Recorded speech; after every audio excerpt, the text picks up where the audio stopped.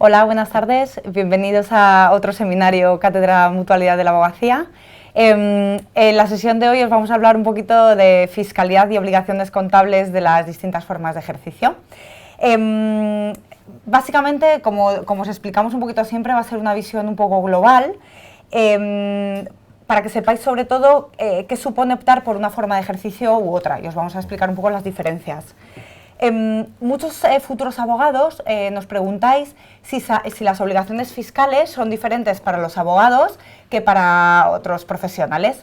Bueno, pues en este caso serían las mismas. Vamos a desglosarla, luego os pondremos unos ejemplos más relativos al mundo de la abogacía, pero bueno, en definitiva es lo mismo que podríamos explicar a cualquier otro profesional.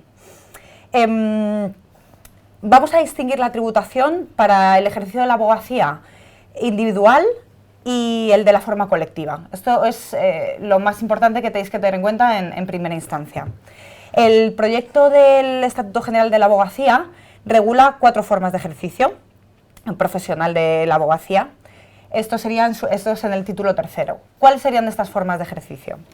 El ejercicio individual por cuenta propia, que sería como seríais titulares de un despacho, o en régimen de colaboración profesional, que luego veremos también un poquito cuáles son las diferencias. Un ejercicio por cuenta ajena, que también lo vamos a explicar más tarde, aunque es, digamos, lo que más os sonará seguramente. El ejercicio colectivo ya puede ser una sociedad civil, comunidad de bienes o una sociedad mercantil. Veremos las diferencias igualmente. Y luego el ejercicio en régimen de colaboración o multiprofesional. Cuando vosotros acabéis, todos los que estáis estudiando el máster, lo primero que vais a tener que hacer va a ser colegiaros. Cuando os dirijáis a vuestro colegio de abogados, vais a tener unas obligaciones previas al ejercicio, digamos. Unas serían de carácter tributario, como son darte alta en el IAE y en el censo. Muchos nos preguntan si es obligatorio. En primera instancia es obligatorio, aunque luego veremos a ver las diferencias. Y otras que son de carácter social, que sería optar por el régimen especial de trabajadores autónomos, si vamos a ejercer por cuenta propia, o por una alternativa al régimen de autónomos, como puede ser la mutualidad de la abogacía. Correcto. Dejar un poco claro en este punto que si en primer lugar elegimos el régimen de autónomos para nuestra actividad como abogados por cuenta propia, más adelante no podremos cambiar. Tendremos que seguir con el régimen de autónomos si queremos seguir trabajando por cuenta propia, y no podremos irnos a un régimen alternativo, digamos. Si a la inversa, si nuestra primera opción es optar por un régimen alternativo como es el de la mutualidad, luego podemos cambiar de régimen, ¿vale? Como os decía, las formas de ejercicio: cuenta propia, cuenta ajena. Os dejo un poquito que Juan Carlos os explique en qué consistiría hablar de trabajador por cuenta ajena. Perfecto, gracias Patricia. Bueno, buenas tardes. Efectivamente, como ha introducido Patricia en este módulo que vamos a dar hoy, que es la 5ª sesión de este seminario Cátedra Mutualidad, que os recuerdo que terminaremos en el torno a mediados del mes de septiembre, con materias muy dispares y muy distintas, pero todas concurren y tienen una relación directa en el ejercicio de la profesión. Hoy vamos a tratar esta parte que quizá no es la que más nos gusta a ninguno, porque estamos hablando de obligaciones tributarias, de pago de impuestos, de los diferentes tipos de impuestos, que siempre nos afectan un poco al bolsillo y nos hacen pensar que quizá el esfuerzo de trabajo a veces lo compartimos de una manera demasiado generosa con el fisco. Recordemos todos la famosa frase Hacienda somos todos, y esto sí que es verdad, y por tanto sí que es muy importante conocer los diferentes impuestos y cómo aplican en función de las formas de ejercicio. Es determinante por una gran razón, porque la capacidad de generación de rendimientos económicos y de beneficios para un abogado, en función de cómo se establezca, pueden ser muy distintos, tremendamente distintos. La profesión de abogado siempre se ha considerado una profesión absolutamente liberal hasta hace 5 o 10 años. El abogado siempre era un autónomo que trabajaba de manera individual, que tenía su propio despacho, en algunas ocasiones podía unirse con otros colaboradores para desarrollar otro tipo de especialidades en el despacho, pero fundamentalmente el avance de la sociedad hace que este abogado solitario empiece a tener una gran competencia con diferentes sociedades y se establece de diferentes maneras. En este cuadro que os mostramos en vuestra pantalla podéis ver las formas de ejercicio para los abogados, ¿vale? Como bien decía y anticipaba Patricia, tenemos el ejercicio por cuenta propia, al que me refería hace unos instantes, que es el, digamos, el más conocido, por decirlo de alguna manera. Está por cuenta ajena, y ahora me extenderé en esta parte de por cuenta ajena, las comunidades de bienes y las sociedades limitadas profesionales, ¿vale? Fundamentalmente, en estos tiempos actuales, donde establecerse por tu cuenta necesita de unos requisitos económicos importantes, y además, como buen autónomo, necesitas tener un fondo de liquidez suficiente hasta que recibes tus primeros ingresos, lo más habitual cuando los alumnos terminan el máster es que intenten establecer relaciones laborales con despachos grandes o medianos, y trabajarán, en este caso, por cuenta ajena. Trabajar por cuenta ajena no es distinto de lo que hace cualquier persona que es asalariado en una nómina en cualquier empresa o pyme. Eres un empleado, trabajas, recibes unos emolumentos mensuales, y las obligaciones fiscales, en tu caso, ya te vienen dadas, y en todo caso los va a gestionar la propia empresa, posiblemente el Departamento de Recursos Humanos o la gestoría que lleve este tipo de asuntos. Tu nómina va a tener una serie de retenciones a efectos del IRPF, que es el impuesto sobre las personas físicas, que se tributa una vez al año, y más allá de, al efectuar la declaración en torno a estos meses del año, no tienes que hacer nada salvo recibir una devolución, porque las retenciones han podido ser superiores a las que marcan las tablas que se publican cada año por el Ministerio de Hacienda, o pagar una diferencia si los ingresos están por encima de esos rendimientos que estaban sujetos a gravamen. ¿De acuerdo?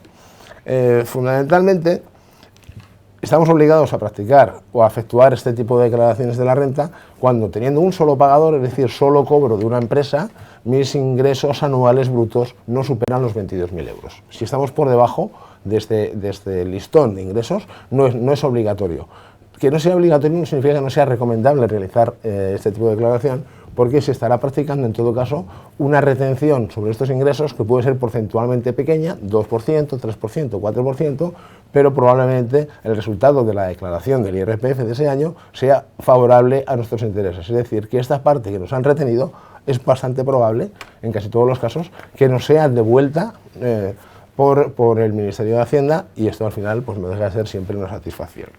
En el caso de que tengamos más de un pagador, entonces aquí ya se nos estropea un poco este juego, porque ya no hablamos solo de los 22.000 euros, sino que estos pagadores distintos nos estén dando emolumentos anuales por encima de los 1.500 euros brutos. En ese caso ya sí que tenemos la obligación de presentar la declaración. Probablemente las retenciones practicadas sigan el mismo tenor de lo que acabo de comentar, estén por encima de las que hubieran correspondido efectuar, y por tanto también puede ser que recibamos una devolución, ¿vale?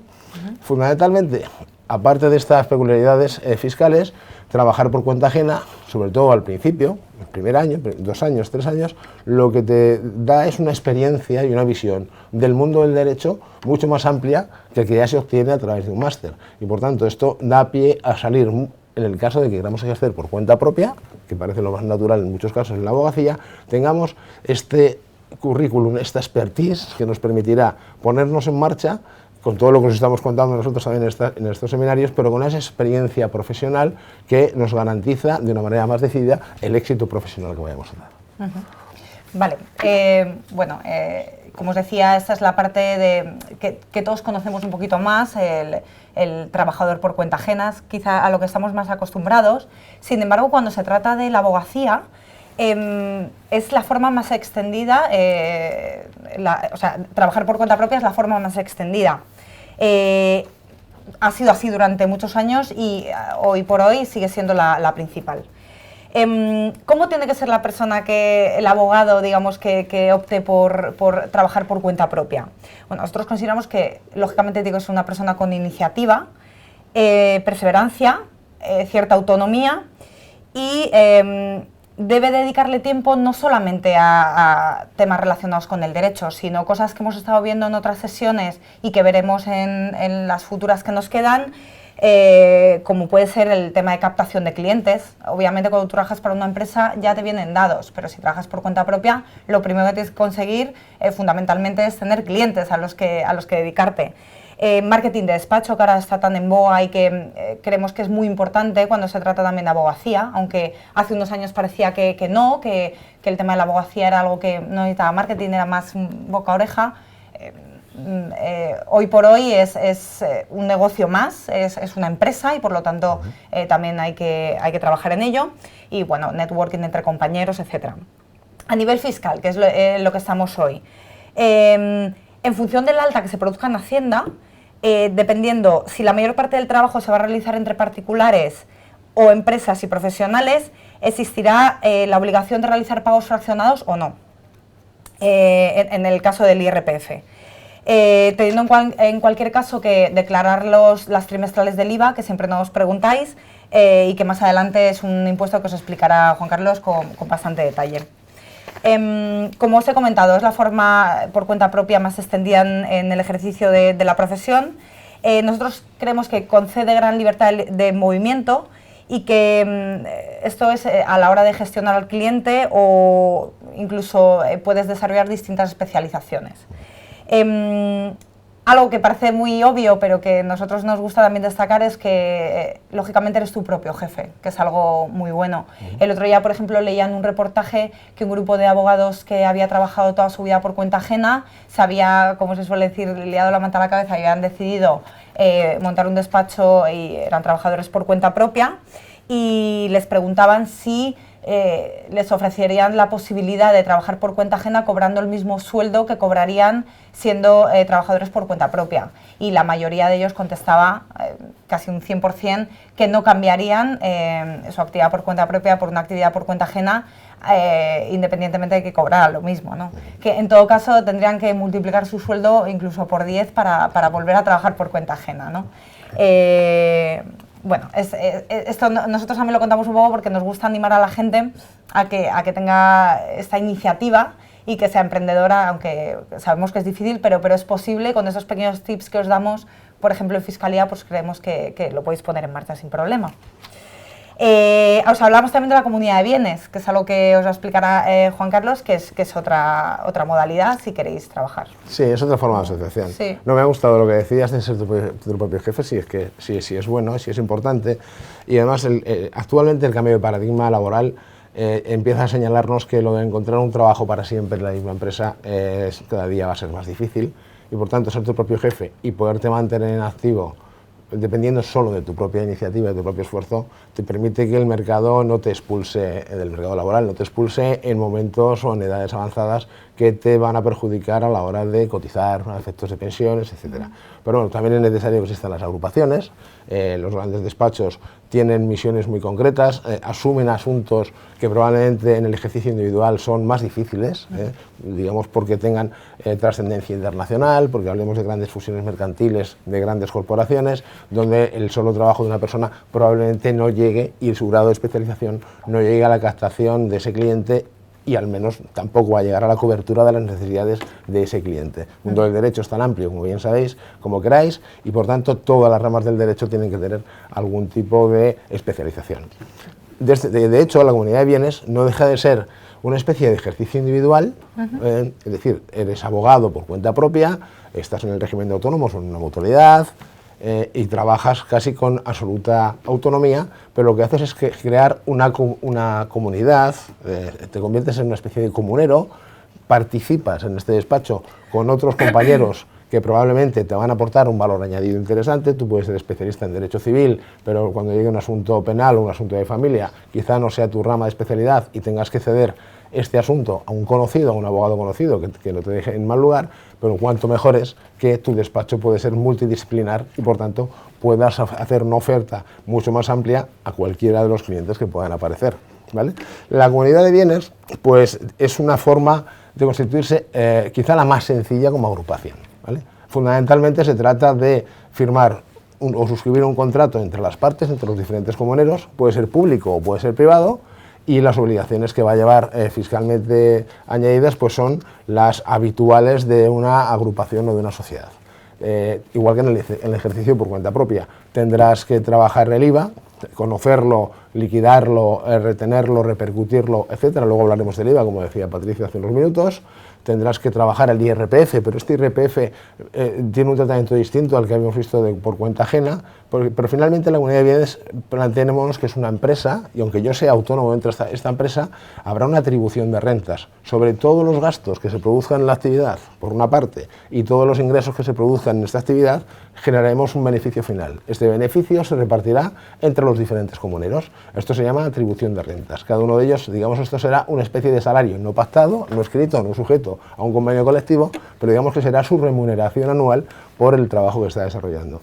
La comunidad de bienes lo que tendrá que hacer es atribuir las rentas a los socios en función de los diferentes parámetros que se hayan fijado en el acuerdo, que pueden ser de qué participación porcentual tenemos en esta comunidad de bienes, y a partir de ahí practicará las retenciones y con su CIF depositará estas retenciones en Hacienda y las comunicará. Y lo que hará el abogado en este caso será declarar en su IRPF, de la misma manera tendrá que pagar o tendrá devoluciones. Sí que tendrá que hacer liquidaciones trimestrales en el tema de la comunidad de bienes, que es distinto a lo que hace el empleado de nómina que decíamos, que él no tiene que hacerlas, ya se ocupa la empresa, y poco más, repercutir el IVA y poco más. Y el beneficio final que se puede llegar a generar pues estará sujeto al impuesto de sociedades, ¿vale? Digamos esto para que tengáis una visión. Si alguien nos pide consejo, cómo es mejor establecerse, pues hombre, en principio, como veíamos hace el módulo pasado, hace 2 módulos, primero tendrás que tener claro qué objetivos te quieres marcar y con qué estrategia quieres trabajar. A partir de ahí esta es la decisión de cómo te estableces y cómo lo haces. Si tu objetivo y tu estrategia es llegar de manera multidisciplinar a mucha población, el ejercicio por cuenta propia tú solo no es recomendable porque no podrás hacer más que una oferta de una sola especialidad, de una sola rama del derecho, y si lo que quieres es llegar mucho más lejos, evidentemente tendrás que buscar asociarte con otras personas. Este tipo de sociedad, como decíamos, es la más sencilla, pero ahora Patricia nos va a contar cómo sería una sociedad limitada profesional, que es una forma muy parecida, pero que tiene unas obligaciones fiscales distintas y un comportamiento distinto. Cuando quieras. Exactamente. La sociedad limitada profesional yo creo que sin duda es la más moderna y quizá la más actual, sobre todo después de la ley 2/2007 del 15 de marzo de sociedades profesionales. Efectivamente, digamos que en cuanto a obligaciones fiscales es la más compleja, pero a cambio ofrece, yo creo que una imagen de más consolidación de negocio y agrupación de socios. Como os decía, la Constitución es un poquito más compleja, sobre todo porque al tratarse de una sociedad tiene que ser así. Los requisitos son mayores, al tener una obligación, por ejemplo, de llevar la contabilidad y tener que llevarla a un registro. Mientras que en los casos anteriores de los que hemos hablado, pues es suficiente con un libro de registro de las facturas emitidas y recibidas, registro de bienes de inversión y poco más. A nivel fiscal, lo que decíamos, no liquida su beneficio por IRPF, salvo la parte de las retenciones, tanto las realizadas como las practicadas por el socio. Es un poco la atribución de rentas que hablábamos de la comunidad de bienes también. Y el IVA, igual que en los casos anteriores, IVAs trimestrales. Y lo único que al tratarse de una sociedad tributará por el impuesto de sociedades. Eso es. Entre sus ventajas, por comentaros alguna y que os vaya sonando, que crea una imagen, digamos, más de marca y más una imagen más de mercado, quizá. También se encuentra un incentivo fiscal, que es creado por la Ley 11/2013, el 26 de julio, que iba de la mano de las medidas de apoyo al emprendedor. Y en este caso, en los 2 primeros periodos, en los que la base imponible sea positiva siempre, el tipo que se aplica es el 15% sobre los primeros 300.000 euros y el 20% para el resto, ¿vale? Más ventajas desde el punto de vista sobre todo económico, es un proyecto común de despacho o gabinete profesional, sitúa a los profesionales en mejor, digamos, posición competitiva frente a aquellos que están actuando o trabajan individualmente. Sobre todo porque se logran especializarse en materias y te pueden dar quizá un mejor asesoramiento. Aparte se pueden producir economías de escala y de producción conjunta cuando los profesionales que se unen pues tienen unos ciertos grados, digamos, de especialización. Otra de las cosas fundamentales es que es una sociedad limitada profesional y que por lo tanto cuando hablamos de las deudas contraídas, a las deudas contraídas se responde únicamente con el patrimonio de la sociedad, limitado por el capital suscrito. igual que sucede, por ejemplo, con una sociedad limitada. En el caso de que la actividad, por ejemplo, la desarrolle un profesional independiente, respondería de estas deudas con todo su patrimonio. Con todo su patrimonio, exacto. Efectivamente. Por lo tanto, bueno, pues creemos que es una ventaja también importante. Bueno, por terminar un poco con el tema de las sociedades, yo creo que eso son pequeñas pinceladas, luego obviamente todo tiene mucha más miga, pero bueno, es porque tengáis unos conocimientos. El IRPF, bueno, ya Juan Carlos ha comentado un poquito qué tipo de tributación tiene para trabajadores por cuenta ajena, pero bueno, vamos a entrar un poquito más en lo que es el impuesto. Bueno, si os fijáis, aquí os vamos a mostrar a quién le aplica el IRPF. Exacto. ¿Vale? Si os dais cuenta, es trabajadores por cuenta ajena, por cuenta propia, y las sociedades civiles, ¿vale? En el sistema de atribución de rentas, como hemos explicado. Sí. Bueno, es un tributo de carácter directo y de naturaleza personal y grava la renta de las personas físicas, como creo que es algo que todos sabemos.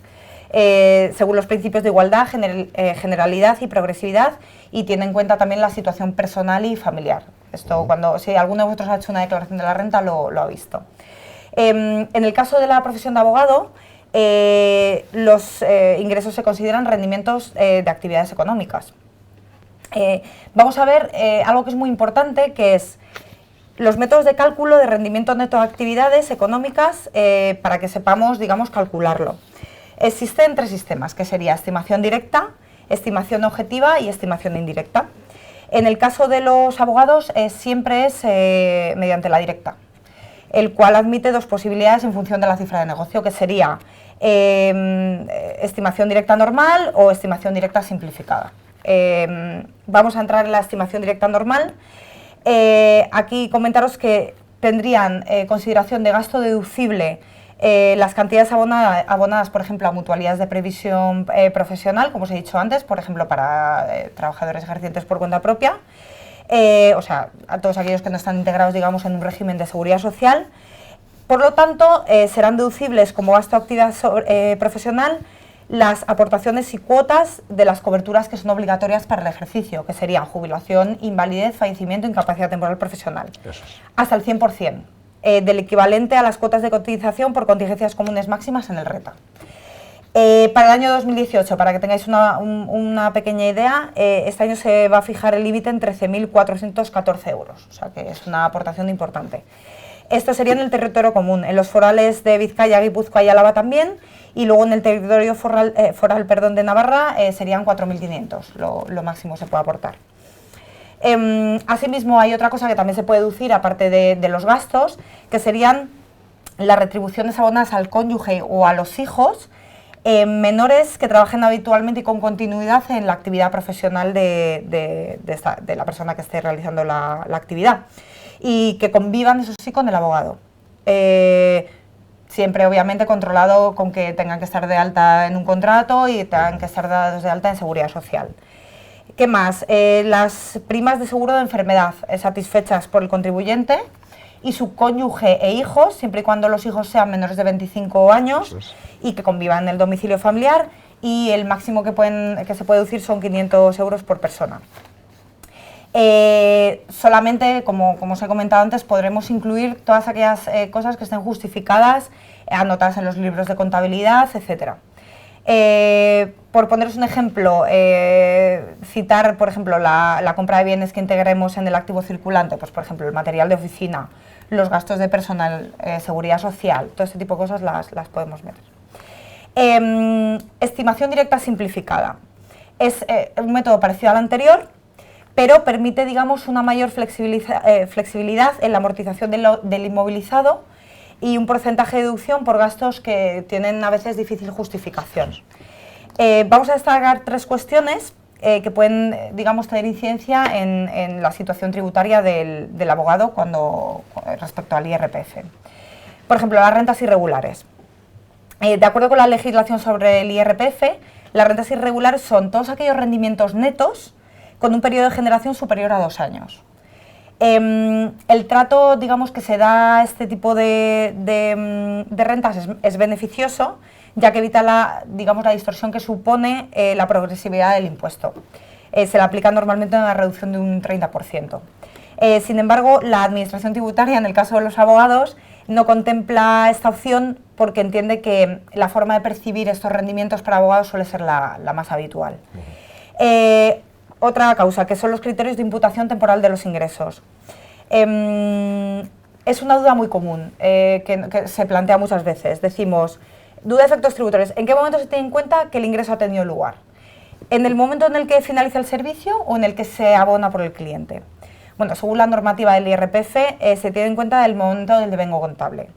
Sin embargo, es posible que el abogado se acoja a lo que es al sistema de estimación directa y por lo tanto pueda acogerse al criterio de caja, que es algo que luego explicaremos, y es decir, esto es cuando se verifica, digamos, el pago. Esta opción, digamos que es voluntaria, lo único que hay que marcarla en el IRPF cuando se vaya a hacer, y eso sí, hay que marcarla, hay que mantenerla, digamos, este criterio durante los próximos 3 ejercicios.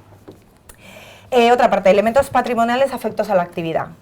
¿Qué se consideraría esto? Pues los bienes inmuebles, por ejemplo, en el que se desarrolla la actividad. Pues, sí, el despacho. Por ejemplo, el despacho, exacto. Bienes destinados a los servicios económicos, cualquier elemento patrimonial que sea necesario para la obtención de un rendimiento, ¿vale? Aquí os poníamos un ejemplo que decía, analizar, por ejemplo, la posibilidad de considerar un vehículo como un elemento patrimonial afecto. La actual regulación legal, esto sí que sería en materia de IVA, determina la posibilidad de deducir el 100% del IVA en vehículos industriales afectados a la actividad. Sin embargo, para un vehículo turismo se permite, por ejemplo, la deducción solamente del 50% del IVA. Por terminar, pagos anticipados a cuenta del impuesto. Esto supone que durante el ejercicio económico del contribuyente se paguen cantidades a cuenta de lo que será la liquidación final del impuesto. Esto se hace para evitar pagar todo junto al final, digamos. Es una manera de tener siempre liquidez. Un poco más de liquidez. Retenciones. Personas jurídicas y profesionales que paguen a un abogado están obligados a retener el 15% e ingresarlo en la administración tributaria a cuenta del IRPF de este. Y luego, por último, pagos fraccionados. Esto implica que el abogado, digamos que ha de hacer pagos fraccionados durante el ejercicio a cuenta del IRPF, que liquidará cuando finalice el mismo.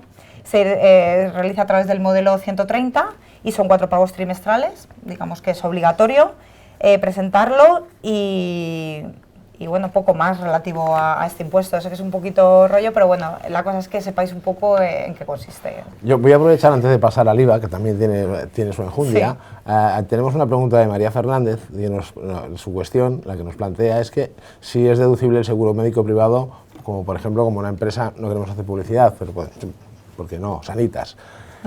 Siempre, en los términos que decía Patricia, de hasta 500 euros por miembro de la unidad familiar, cónyuge, hijos menores de 25 años, pero solo siempre que el ejercicio de la profesión se realice por cuenta propia. Exacto. Si estás trabajando por cuenta ajena, no hay ningún tipo de deducción. ¿De acuerdo? No sé si con esto, María, te dejo resuelta la cuestión. Si en tu caso estás trabajando o no estás trabajando por cuenta propia, lamento decirte que no lo podrás. ¿Vale? Verás que hay un apartado, en la casilla iría, no recuerdo el número exactamente, pero serían los gastos deducibles de la actividad, ¿vale? Se sumará a los gastos deducibles y la entidad que te está facturando este tipo de seguros, en general, será la responsable de comunicar a Hacienda esta circunstancia, ¿de acuerdo?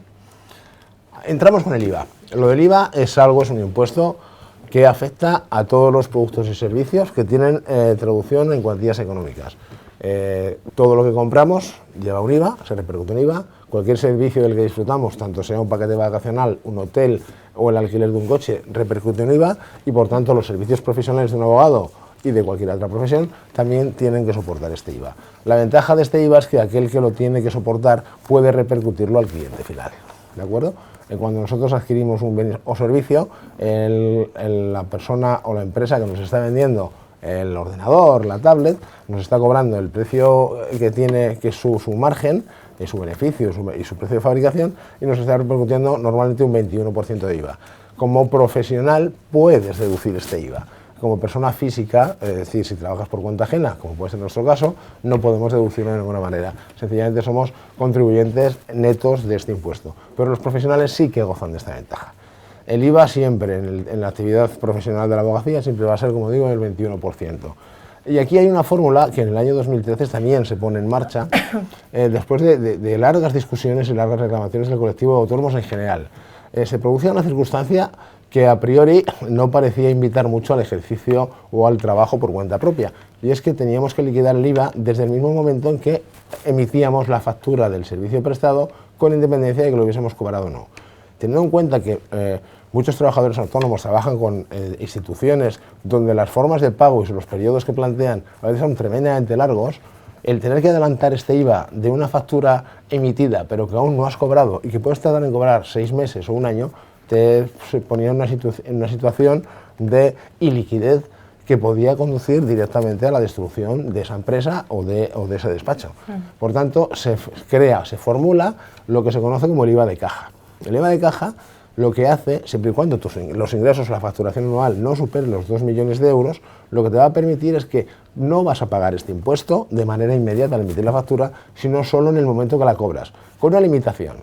Esta limitación es que como máximo hasta el 31 de diciembre del ejercicio posterior a la emisión de la factura. Si el retraso en el cobro de la factura es mayor, tienes un problema.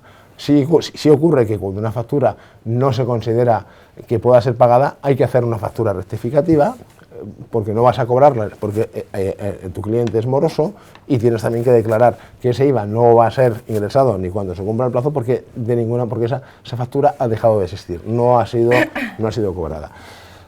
Esta es una gran ventaja del IVA de caja. También tiene un inconveniente, que así como que te dota de liquidez, el cliente con el que vas a trabajar igual no le hace tanta gracia que tú tengas IVA de caja, porque esto, digamos que el IVA de caja implica las dos partes. Es decir, si yo aplico IVA de caja y no lo voy a tener que pagar hasta el momento que cobro la factura, 3 o 6 meses después, o como decía, hasta el 31 de diciembre del próximo ejercicio, el cliente tampoco puede deducirlo. Cuando recibe la factura un cliente, aunque no la haya abonado, en su liquidación trimestral de IVA ya la está consignando, ¿de acuerdo? Ya se está deduciendo ese IVA, aunque todavía no haya tenido la ocasión ni de haber pagado la factura ni de haberlo desembolsado. ¿Qué ocurre? Que si tenemos un cliente fuerte, grande, donde él no está acogido al criterio de caja, está más pensado para el autónomo, que tiene menos capacidad económica, el cliente puede decidir prescindir de nuestros servicios porque para él supone un perjuicio económico que no está dispuesto a aceptar. Por tanto, hay que tener cuidado a la hora de fijar este criterio de caja. En términos generales, cuando tu actividad es por cuenta propia y lo que estás haciendo es atender a clientes muy puntuales, no es un gran problema, porque tampoco son grandes cantidades. El cliente al que le vas a repercutir, es decir, a tu representado le vas a repercutir un IVA, y él no tiene posibilidades, si es persona física, de deducírselo, por tanto no es un gran problema. Pero sí es interesante tenerlo porque afecta a tu liquidez. En cuanto que tú entras en el terreno de trabajar con grandes empresas y grandes facturaciones, ahí es donde tendrías que valorarlo.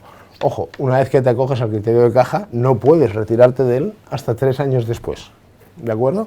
Salvo que tu facturación se eleve por encima de estos 2 millones de euros que hemos declarado, lo cual sería una gran noticia, tanto por tus ingresos como si quieres deshacerte de esta forma.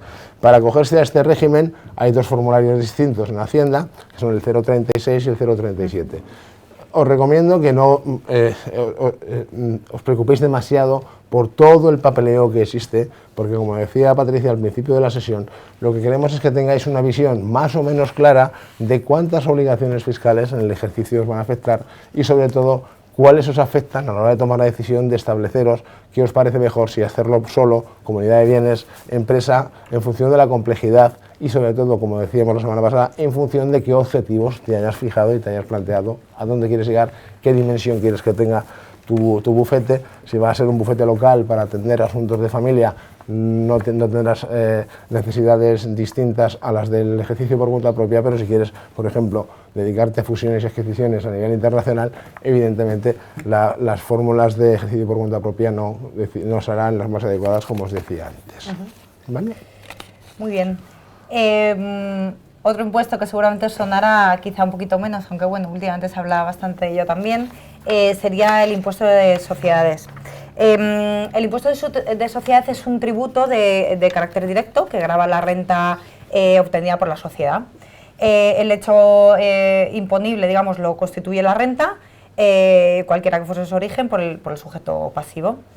Para calcular la renta, se habrá de tener en cuenta que no todos los gastos tienen esa consideración, tienen la consideración de deducibles a efectos fiscales. El gasto, digamos, que ha de reunir 3 características: que figure en la contabilidad de la sociedad, importante que esto suceda siempre, que exista justificación del mismo que esté relacionado con los gastos de sociedad.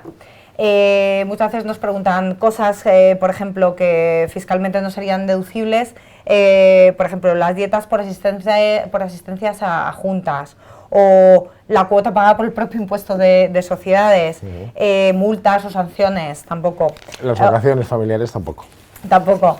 Contribución a planes de pensiones por el propio promotor, no, aunque sí las que les hicieran en todo caso a los empleados. ¿Cuál sería el tipo impositivo? En este caso es del 28%, era el 28% porque a partir del 2016 es del 25%. Esto está recogido en la Ley 27/2014 del impuesto de sociedades.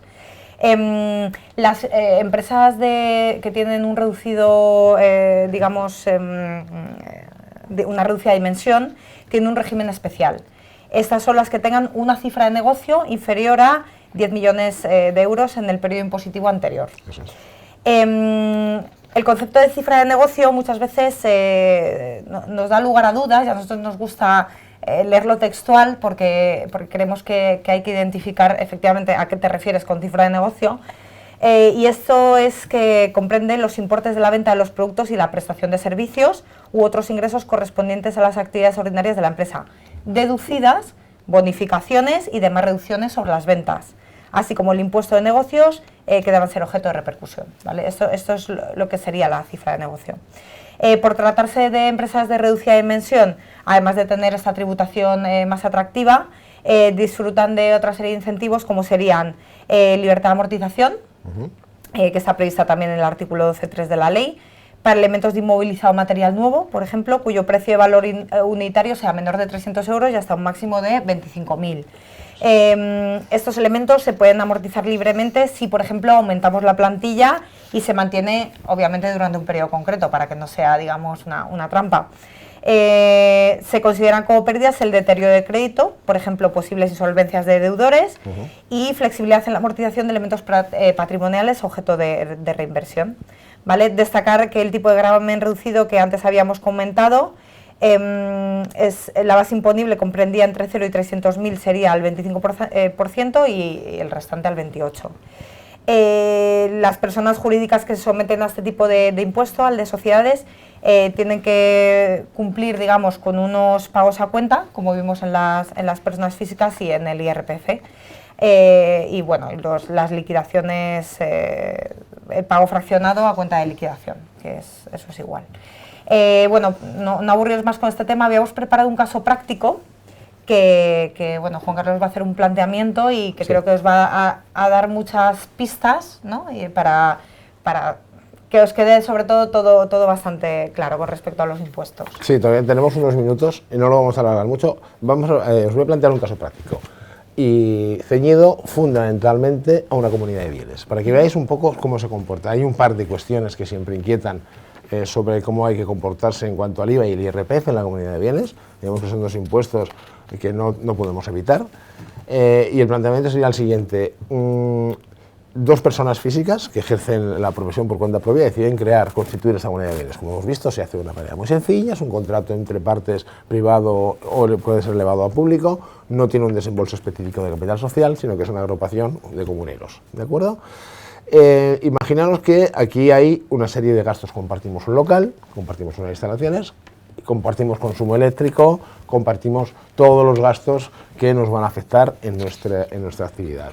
Pero claro, imaginaros que todas las facturas, cuando se constituye la sociedad de bienes, son contratos que ha suscrito previamente este profesional a su propio nombre. He dado de alta el contrato de la luz a mi nombre, el suministro del agua, el arrendamiento del local, la línea telefónica con su fibra, etcétera, etcétera, etcétera. Antes de hacerme comunero, yo soy el responsable del pago de todo este tipo de cosas. Pero montando la comunidad no es necesario que desmonte esto y de pronto decida anular todos mis contratos y suscribirlos a nombre de la comunidad, porque lo que sí que puedo hacer es repercutir este gasto directamente sobre la persona con la que estoy colaborando, ¿de acuerdo? Esta sería la primera. todas las facturas se van a emitir, en este caso, al nombre de un comunero, pero yo tendré que repercutirlo a la hora de hacerle su asignación de sus beneficios, le deduciré los porcentajes que hayamos estimado, que pueden ser el 50%, como en este caso, o otro distinto que se determine. Si somos más comuneros, pues porcentualmente cada uno asumirá los gastos fijos. No se trata tanto de si yo consumo más luz que tú, sino de que los gastos fijos son fijos y por tanto se reparten de una manera más o menos equitativa. La primera cuestión que se nos puede surgir es si en el IVA la comunidad de bienes es sujeto pasivo del IVA. ¿De acuerdo? Y haríamos una pregunta, oye, si creéis que en caso afirmativo, ¿cómo se repercute este impuesto por la comunidad de bienes a todos sus socios? Bueno, la respuesta a esta pregunta es sí, efectivamente, la comunidad de bienes es un sujeto pasivo. Todo, da igual que seas persona física, que sociedad, el IVA es un impuesto, como hemos explicado antes, que se aplica a todos los productos y servicios que tienen componente económico. ¿De acuerdo? Como decíamos, tendrá que ser repercutido entre los socios este impuesto de la misma manera. Es decir, si tenemos que liquidar un impuesto por IVA del 21% sobre unos 200.000 euros de facturación, estamos hablando de 40 y tantos mil euros, y somos dos socios, pagaremos el 50% cada uno. Porque podríamos entrar en la casuística de yo pagaré solo el IVA de las facturas del trabajo que ella realice y tú de las tuyas, pero entonces no hemos constituido una comunidad de bienes. ¿De acuerdo? Por tanto, aquí no hay discusión. Se pagan de la misma manera el porcentaje de contribución comunera que se haya establecido en este convenio, en este contrato. ¿Vale? Y la segunda va sobre el IRPF. Si es posible que cada abogado deduzca la mitad de los gastos referidos. Efectivamente, se deberá calcular de forma separada. ¿De acuerdo? Los rendimientos de la actividad aquí sí van de manera separada. Los ingresos tenidos por cada uno de los profesionales sí que van a tener un gravamen distinto, porque en el concepto de atribución de renta se puede determinar que tu participación o tu contribución a los ingresos de la empresa son mayores y por tanto tu participación en el beneficio en esta atribución de ingresos es mayor. Y como el impuesto de la renta sobre las personas físicas es personal, no estamos hablando de que sea de la comunidad de bienes ni de una sociedad, cada uno debe de hacer frente a el impuesto sobre los ingresos realmente obtenidos a través de su actividad. En este caso no habría ningún tipo de discusión. Os invito, hay mucha literatura, gracias a Dios en nuestros tiempos la información fluye en todos los sitios. Siempre os recomendamos publicaciones profesionales que tengan mucho que ver con la propia abogacía. A través de la página del Consejo General de la Abogacía Española encontraréis información de muchísima utilidad que os podrá orientar, y en cualquier caso siempre queda la solución más socorrida. Bastante tenéis con poner en marcha vuestra actividad como para ocuparos además de todo esto, o de contratar una persona a tiempo parcial o total como empleado vuestro, que tiene un coste no solo de salario, sino también costes de seguridad social, etcétera, y de formación, etcétera, etcétera, etcétera. Hay muchas empresas que se dedican a la gestión de los impuestos, las que todos conocemos son gestorías, y quizá por un coste muy pequeño podéis dejar de asumir este tipo de ideas. Lo fundamental que queríamos transmitiros es que antes de constituiros de ninguna manera veáis todas las posibilidades y cómo os va a impactar y cómo va a repercutir en el futuro más inmediato. Todas las fórmulas son modificables, es decir, empezar por cuenta ajena, por cuenta propia y cambiar dentro de un año, 2 años, se puede hacer siempre. Esto no es para siempre, como decíamos, lo del régimen de autónomos, que eso sí que es para siempre. En el cambio de forma de operar podéis hacerlo cuando queráis. Bueno, si quieres, yo me despido, y si quieres avanzarnos un poco el contenido de la próxima sesión. Efectivamente, ya sería la 6ª sesión con vosotros. Os vamos a hablar de algo que a priori no es lo que los abogados no piensan mucho, y es el personal branding, la marca y posicionamiento, y algo que es el RSC, responsabilidad social corporativa, que ahora también está muy en boga para despachos de abogados, lógicamente. Ya os avanzábamos en otras sesiones la importancia de generar una importante marca personal. Se colegian muchísimos abogados y por lo tanto tenéis que ser diferentes. Por lo tanto, dime. Solo un minuto, porque se nos va a agotar el tiempo. Y veo 2 cuestiones que me han gustado mucho y no me gustaría dejaros con la duda. María nos vuelve a preguntar Dice que ella trabaja como asesora jurídica Sí. por cuenta ajena, es empleada y abogada por cuenta propia. O sea, lo que estás ejerciendo en régimen de pluriactividad, ¿vale? La parte de la pluriactividad, de la parte del ejercicio profesional por cuenta propia, tiene el mismo tratamiento que si solo trabajarás por cuenta propia. No tiene ninguna diferencia. Lo único que te puede afectar a efectos de cotizaciones en la seguridad social es que la suma de las cotizaciones de tu empresa más las que vas a realizar tú si estás en el régimen de autónomos excedan los límites máximos. Pero esto tiene regularización. Sí. Y el IVA, como me dices, el percude de partes iguales, aunque los ingresos por los trabajos se bien, ¿a quién los genera? Sí, el IVA es un impuesto genérico de la actividad, del servicio, y el IRPF es absolutamente personal. No lo podemos compartir. Pues nada, 21 de junio, Personal Branding, marca, posicionamiento y RSC. Os esperamos. Hasta pronto. Gracias.